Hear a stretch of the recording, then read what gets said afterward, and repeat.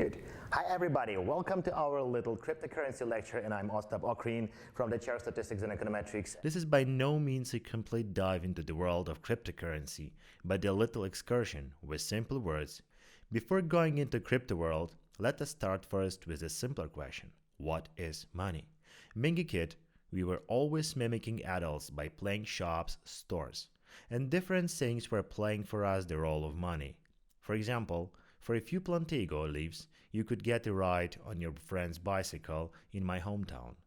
Later came pictures from chewing gums. And afterwards, game cards from football, baseball, and even from cartoons. Not only kids, but also adults in different cultures, in different ages, used different items for money.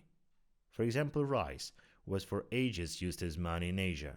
Even before the first no money bill Yaozi, for the first appeared in 7th century. Prominent examples are cigarettes, Zigarettenwährung, money in the post-war Germany. In October 1946, one cigarette, depending on location, had a value between 2.5 and 10 Reichsmark.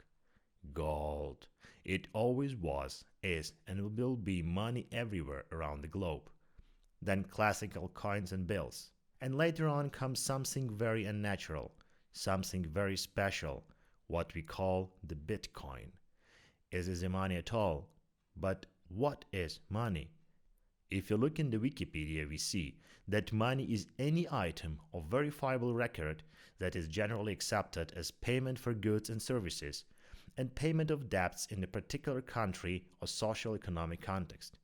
But we clearly understand that just a definition is not enough, and we need to specify properties that an item should have in order to be called money. Let us look deeper into this. There are generally accepted 5 properties, and the first one is shortage. Does any of these items fulfill the shortage property? For example, sand. Anybody can go to the desert, seaside, even the children's playground and get the bucket of sand. If they were money, all of us will be rich or poor. So we are not short of it, and it's very easy to get a lot of sand. The same with the little stones. But what about diamonds? One should put a lot of effort, do mining, and there are not that many diamonds in the world comparing to sand and stones. Diamonds do fulfill the shortage property. Durability. The money now and the money in few days should have approximately the same value. So if you take fruits or berries today, you cannot sell them tomorrow for the same price, because most of them are rotten. Same story with the meat. But something different happens with the post stamps. Yes, they change value over long time horizons, but stay relatively stable over the shorter ones. Divisibility. This is yet another property. The value of the whole calf is different from the sum of values of pieces of veal of the killed calf together. 1 liter of water has the same value as twice 1/2 a liter. What about diamonds fulfilling the first property? They do not fulfill this one, because bigger diamonds have much higher value than many smaller ones together. Transportability. We should be able to transport our money, take them to another region and pay for goods or services. Land is not transportable, therefore cannot be used as money. Shells or rice obviously fulfill the transportability property. General acceptance. If in one particular region not only me stay for some item, this is the money, but also other people are ready to buy goods using this item or pay for service, then we can say that these items are generally accepted.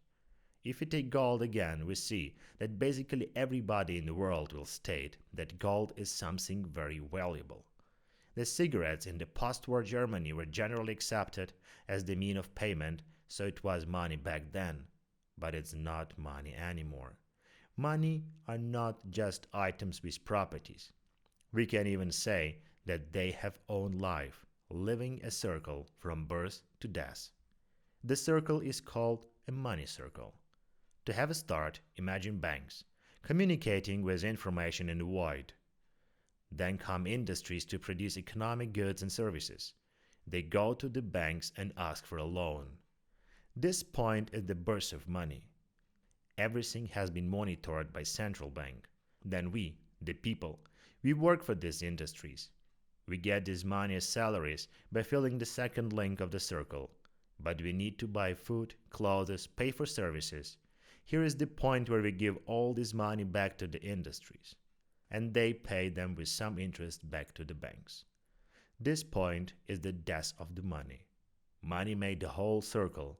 One of the ideas of the Bitcoin or any other cryptocurrency is to kill these two links.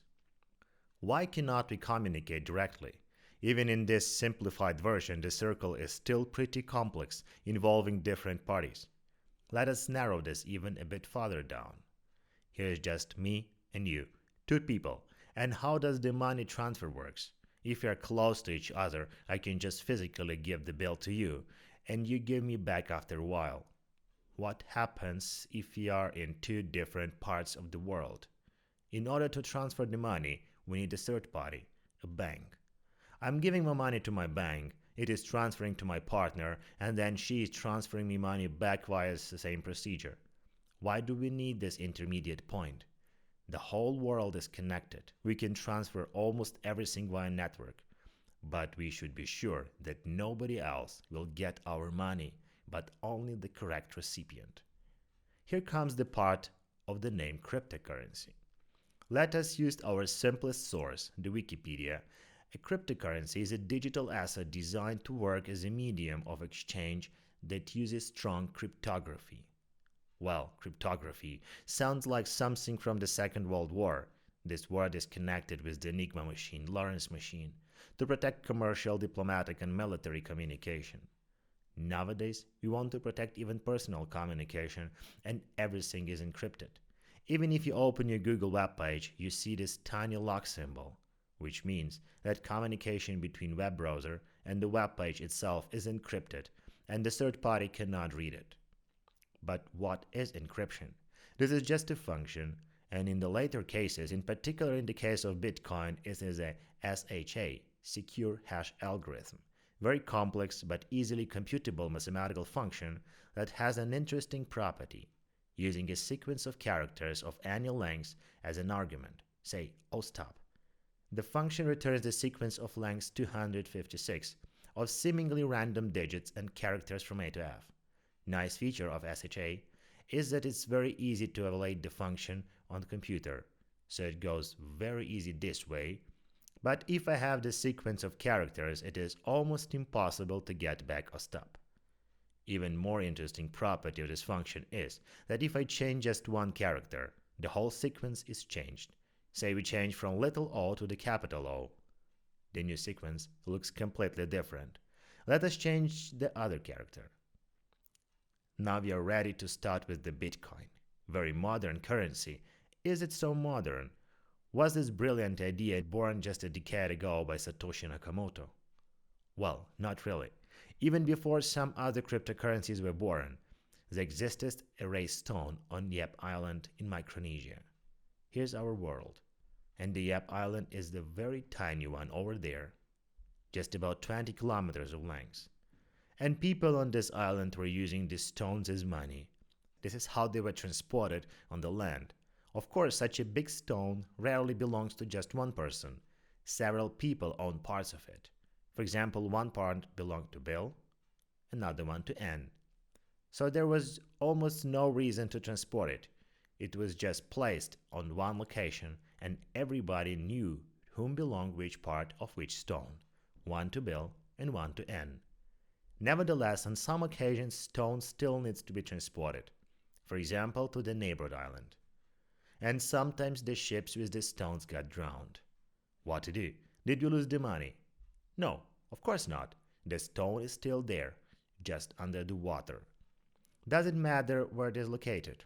No, as we still remember that one part belongs to Ann and one to Bill.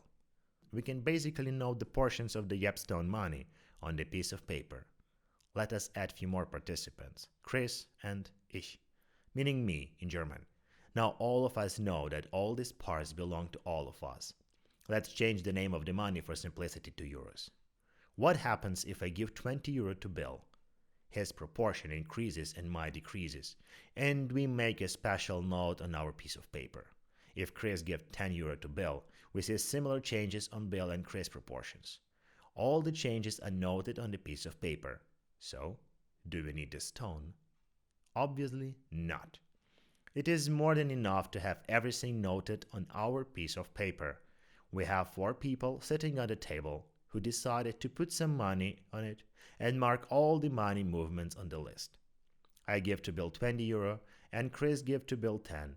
Then I give to Chris 10 euro and to Bill 10 euro, Chris 20 to Anne, and Anne to me 15.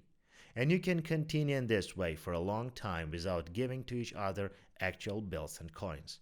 Instead, we just mark the transactions and create the list. In the end of the month, we check who should put the money on the table and who take them. Here, I paid 20 to Bill, to Chris 10, and Anne paid me 15. In total, I should put on the table 15 euro. Then we go to Anne. Anne gave to Bill and me 10 and 15 euro respectively, and Chris owes her 20. All in all, she puts on the table 5 euro. Similar happens with Chris, who puts on the table 20. And all this money should collect Bill, who only received from me 20, from Chris 10, and 10 from Anne, totally 40 euro. This is very interesting because right now, with you we designed a protocol with 2 main characteristics. First, everybody is allowed to add lines. Second, we made a payout in the end of the time interval, in the end of the month. But hold on, what forbids Bill to add a line stating that Chris should pay him 100 euro, without something like a signature? In the end of the month, everybody will say, yes, Chris should give Bill 100 euro. Nobody will question this, as everybody is allowed to add lines. But if the person who is transferring the money puts signature in the end of the message, then everybody sees that Ostap just signed that he needs to transfer to Bill 20 euro, or Chris just transferred 10 euro to Bill and he signed that he did it, and not that Bill should sign the line. This piece of paper is called ledger, and this is what all the banks are using. Their ledgers are top secret. You know only your own transactions, only what you have transferred or what you have received, but the banks control this and we pay for their service. What is the main idea of the Bitcoin, the game changer, is to get rid of this, and the ledger should be open. We do not need to know the names, otherwise we lose privacy. But nevertheless, why some third party as the bank should keep these lists and hold the control over them? So instead of storing ledgers in the bank, we store them now on our own computers, and community control the correctness. But how can I get all the transactions in the Bitcoin world? How computers are connected? Via peer-to-peer communication. This name is familiar to us from all ages with Emule, MuTorrent, eDonkey, Napster, and Pirate Bay. Let's go back to just one ledger and add few more lines with signatures. Each line is called transaction, with some properties. The first one is the signature. Let us zoom into one and investigate deeper. Digital signature. As discussed above, we need to sign, otherwise somebody else can add the line. As an example, what forbids Bill to write that I should pay him 100 euro? Technically, he can just copy my signature, but it will be clear that not me was the person who signed this transaction. And this kind of signature we use in the real world to sign our credit cards or bills in the stores. This is the real world. How does it look in the digital one? There everything is just zeros and ones, zeros and ones. So what forbids Bill just to copy my sequence of zeros and ones into his transaction message? Nothing. It is just Ctrl-C and Ctrl-V on the computer. So there should be something more complex. And this is called the secret key and the public key pair. What are they? All the participants, me, Anne, Bill, and Chris, have 2 sequences of zeros and ones. Both sequences are randomly generated but connected with each other. As the name says, public key is public and everybody has an access to it. And secret key is secret, so only I have access to my secret key. This is kind of my ability to write my signature. So, how the signature is created? We have a function, and let us call it signature, which takes 2 arguments. First argument is the message itself. I transfer to Bill 20 euro. The second argument is my secret key that nobody knows, only me. This combination as an argument provides us digital signature. Of course, there are other variables involved as a timestamp, but we concentrate on these two. There is another function called validation that needs three arguments. The first one is the message. Second argument is the digital signature that everybody sees because the transaction is signed. And in order to validate it, we need my public key coming as the third argument. And this function tells us whether this person, namely me, signed the first transaction. In this case, it is correct. Now go to the second message. Because the signature used as the argument is computed using different message, therefore the validation fails. This is exactly what happened in the Bitcoin world. If we go to the website, here are our public keys, and over here are signatures. So with signatures is clear. The second property is confirmation. Imagine, in the beginning I have 50 euro as starting capital, and I make all the transactions as written here. 20 to Bill with minus, 10 to Chris with minus, 15 from Anne with plus, and then in the end I pay Steve 75 euro also with minus. But I'm falling down to minus 40, what means I do not have enough money for some transactions. They should be controlled at every step. Therefore, the last transaction cannot be validated. At each point, we see how much money are left in my account, what limits my transactions. And with the current internet speed and computing power, if all these transactions are made, we face the problem of double spending. If I have 20 euro, I can transfer this 20 euro to Anne and 20 euro to Bill. Anne and Bill are checking the ledger and see that I possess 20 euro. They believe that this money is for them, and both validate the transaction at the same time. As the result, I spend the same amount of money twice. Banks always control for this, and with the real cash, this is just physically not possible. What about the Bitcoin? How to avoid double spending in this world? We split our transaction into blocks. As we see, the number of transactions in each block is different. What properties of the block do we have? Each block has a header that contains a lot of information, like number of transactions in the block, timestamp, etc. All the blocks are numbered in the increasing order. They all have the hash. This is the coded name of our block that uses SHA transformed block content. It means that all the important block information has been stacked and the SHA function being applied on the top. Note a number of zeros in the beginning of each hash. All the blocks are linked. Header of the current block contains hash of the previous one. This leads to the fact that also hash of the current block depends on the hash of the previous one. And you already know the sensitivity of a SHA function. A little change of the argument leads to drastic changes in the output value. It means that change in the previous block leads to the change in the hash of the current.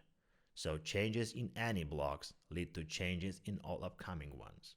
This is chain, block, chain. Who is allowed to add blocks? To answer this, let us go back to our initial problem, why we construct blocks. To avoid double spending. How can we avoid double spending? Because of huge amount of transactions, we put some time between blocks that allows for validation. So transactions are validated in portions. And if anybody wants a double spending, there are two possible scenarios. First, both transactions fall into one block. But the person who constructs the block will see that sender wants to spend 40 euro having only 20. Second scenario, two transactions will fall into two different blocks. But as blocks are consecutive and there is a time gap between them, 20 euro will be spent for the transaction in the first coming block. The second transaction will not be validated. So how can we add time between blocks? We cannot ask market participants to wait few minutes. In order to answer this question, let us answer a related one again. Who is allowed to add blocks? Miners. They are looking for the specific number called nonce. This number is incorporated into the hash together with all the other information mentioned above. Obviously, different nonces lead to different hashes. Completely different. Miners search for such a nonce that results into the hash that has a predefined number of zeros in the beginning, and this takes a while. for the whole network of Bitcoin on average 10 minutes. If a miner found such a nonce, it reports it to the community and adds new block to the chain. All the other miners take this new block as the last and start searching for a new nonce with the new transactions. Why miners want to add a block to the chain? What are their incentives? At first, fees. Each transaction contains the fee specified by the payer. That is why blocks have different amounts of transactions. Some miners take into their block only transactions with large fees. At second, when one block is added to the chain, miner gets a reward. Searching for a nonce is very computationally intensive. Also depends on purely random number generation or a loop starting from 1 and going on. That is why miners are buying big computing factories, store them under the water for proper cooling. Let us have a look. How does one block look like? Oh, it says nothing to us, it's just a hex format. More user-friendly is a JSON one. Here we see the hash in the first line, then comes version, then hash of the previous block, time, fee, nonce, number of transactions, and then all of them coming one by one. The same information provided in even more user-friendly way. We see who transferred to whom all the costs. We do not see names, but we see coded public key. We can even trace all the transactions for each person. Because we know the hash of the previous block, and one can go block by block backwards, until the very first one, done by Satoshi Nakamoto. Each of us can download the whole blockchain, all the terabytes of data, and investigate the transactions. It seems that each of us can get money via Bitcoin, in particular keeping in mind the Bitcoin spike in the end of 2017. Everybody would like to do mining, because whenever I'm adding a block, I get a reward, a big reward. Can I do this sitting in front of my computer? Yes, there is something called the web browser mining. But before we do this, let me show some pitfalls and moments where all of us should be careful. For mining another cryptocurrency named Monero, John can add a little JavaScript code on John's web page, and the person who will visit this web page will mine for John. This is illegal, because John is using the power of the computers of other people without even letting them notice. Here is an example where a user was noticed that the computer will be used for mining. Till the end of 2017, around 2,500 web pages were using this. If you enter the website that uses your computer power, very often you can realize that computer became slower and that cooler started working more intensively so that PC will start flying. In order to protect ourselves, there is a variety of tools and plugins for web browsers to control unnatural activity of the computer. But we would like to mine for ourselves, via private computer at home, what is legal. The website cryptowebminer.com allows for this. By pressing start, we begin to mine. We see the number of threads, the number of submitted hashes or nonces.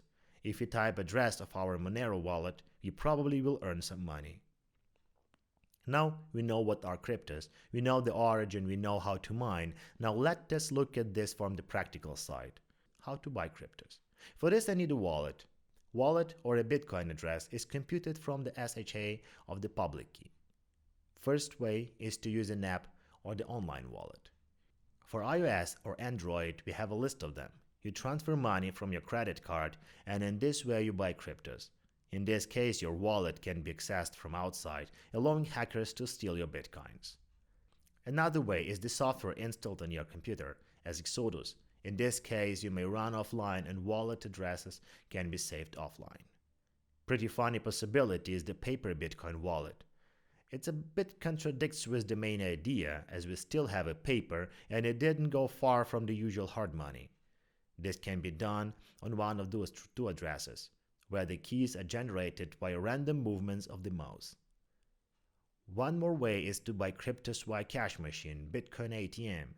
There is only one in Germany for the Bitcoin Club, but they are really popular around the globe. Europe? Another possibility to store the wallet is a Trezor. This is not the USB stick. The data cannot be accessed from outside of the stick, for example by some hackers. Do not forget that Bitcoin is just one of many different cryptocurrencies, and many of its drawbacks are solved in a variety of others. Good luck with crypto.